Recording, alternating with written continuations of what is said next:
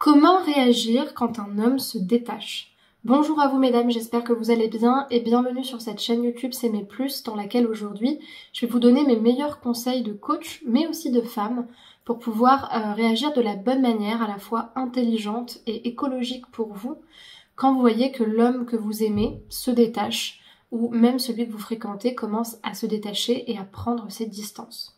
Je me présente pour celles qui ne me connaissent pas, je m'appelle Chloé Mercart, je suis coach, maître praticienne en programmation neurolinguistique et en hypnose ericksonienne. J'ai créé S'aimer plus en 2019 avec l'ambition de vous accompagner à renforcer votre puissance de transformation intérieure. À mon sens, pour pouvoir vivre une vie qui est vraiment extraordinaire, pour écrire notre légende, pour vivre une vie qui nous inspire et être vraiment nous-mêmes, je pense que ça commence par apprendre à s'aimer soi-même et à surtout avoir des relations apaisées avec les autres. Et c'est justement ce que je vous apprends à faire dans ces nombreuses vidéos, coaching ou encore formations. Si vous n'êtes pas encore abonné à la chaîne YouTube, je vous invite à le faire maintenant en cliquant sur le bouton rouge s'abonner en bas à droite de cette vidéo et également à cliquer sur la cloche des notifications pour recevoir tous les matins une vidéo à 8h, sauf le dimanche. Sachez également que pour les femmes qui veulent apprendre à renforcer leur estime d'elles-mêmes tout en trouvant l'amour et la bonne personne sur les sites de rencontres, j'ai créé une formation offerte qui est disponible pour vous. Et pour y accéder, vous n'avez qu'à cliquer sur le lien dans la description de la vidéo, c'est le deuxième lien. Vous remplissez le formulaire et vous recevrez justement la formation Incarner la femme sensationnelle, lumineuse et unique qui l'épousera, qui est très intéressante avec des outils de coaching à mettre directement en pratique au fil de cette série de vidéos. Donc ça, c'est pour les informations. Pour ce type de sujet, ce qui me semble important de vous dire, c'est que finalement, ce qui vous fait souffrir, c'est pas tant finalement la situation, parce que quand quelqu'un se détache, vous le voyez bien et vous pouvez pas faire autrement que d'accepter ce qui se passe. Mais en fait, ce qui fait surtout le plus souffrir, et ce que j'ai vu en accompagnement, c'est la non-acceptation de ce qui est. En fait, c'est ça qui fait souffrir les gens. C'est pour ça qu'on souffre dans un deuil, même si la non-acceptation est importante à un certain moment. Ce qui nous fait souffrir dans ce type de situation, c'est que justement, on refuse le détachement de cette personne-là. Et comme on la refuse parce que on n'a pas envie de digérer émotionnellement ce que ça veut dire, on n'a pas envie de tirer un trait, forcément on s'accroche, et plus on s'accroche, moins on lâche prise, et moins on lâche prise, plus on souffre. Donc en fait, ce serait quoi le meilleur conseil que de vous conseiller peut-être dans un premier temps d'établir une communication avec cet homme-là, de voir quel est son état d'esprit, pourquoi il prend ses distances, est-ce qu'il n'y a peut-être pas une surinterprétation de votre part, ou tout simplement comprendre aussi ses motivations. Mais quand je vous dis de parler avec lui, le but c'est pas d'essayer de le convaincre, parce que de toute façon vous ne convaincrez personne. Un homme qui veut pas rester avec vous, ou une femme d'ailleurs, la personne ne restera pas. Par contre, parler avec la personne, ça va vous permettre de moins prendre les choses personnellement, parce que ça vous permettra de comprendre quel est son état d'esprit. Quand quelqu'un n'est pas attiré par vous, ou qu'il est juste pas prêt à s'engager, ça ne dit rien de vous. Ça dit simplement que la personne, dans cette vie, avec ces sentiments-là pour vous, elle se sent pas capable finalement de vraiment s'engager dans la relation, ou peut-être qu'elle est fatiguée aussi, il y a ça.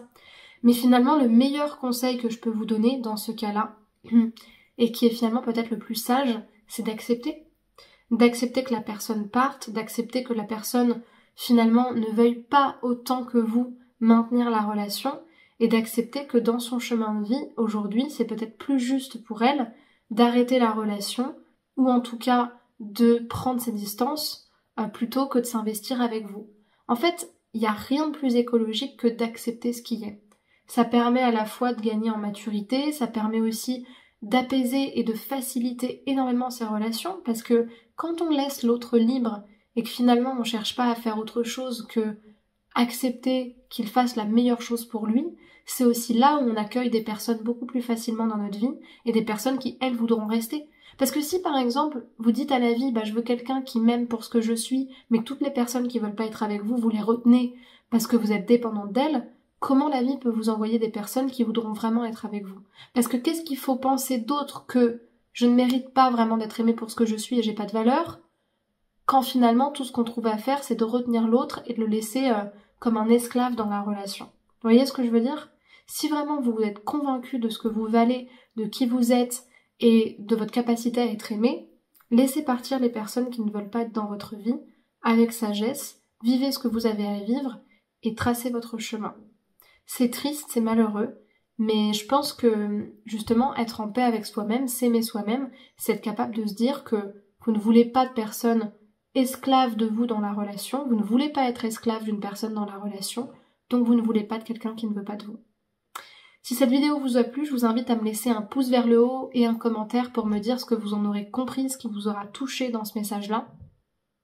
Et j'invite toutes les personnes qui souhaitent suivre un coaching ou une formation avec moi, qui souhaitent en tout cas être accompagnées, à prendre contact avec moi en réservant leur appel de 15 minutes offert, dans lequel on va pouvoir discuter de leur situation, de leur objectif de changement. Et à la suite de cet appel, je leur proposerai soit une première séance de coaching d'1 heure pour travailler sur leur objectif, ou alors un programme de formation en fonction de leurs besoins et de ce qu'elles recherchent.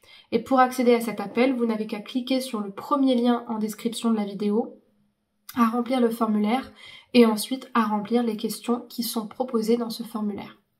Pour les personnes qui fonctionnent plutôt en autonomie, qui veulent avancer à leur rythme et en autodidacte, sans avoir de coaching personnalisé, sachez que vous pouvez accéder à des programmes de formation sur le sujet de la rupture amoureuse, de la dépendance affective, de l'estime de soi ou encore de la séduction.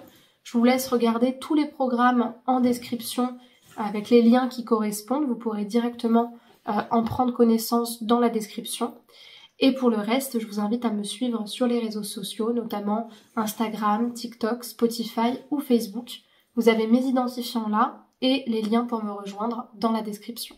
Je vous remercie pour votre attention et je vous souhaite une très bonne journée. Prenez bien soin de vous.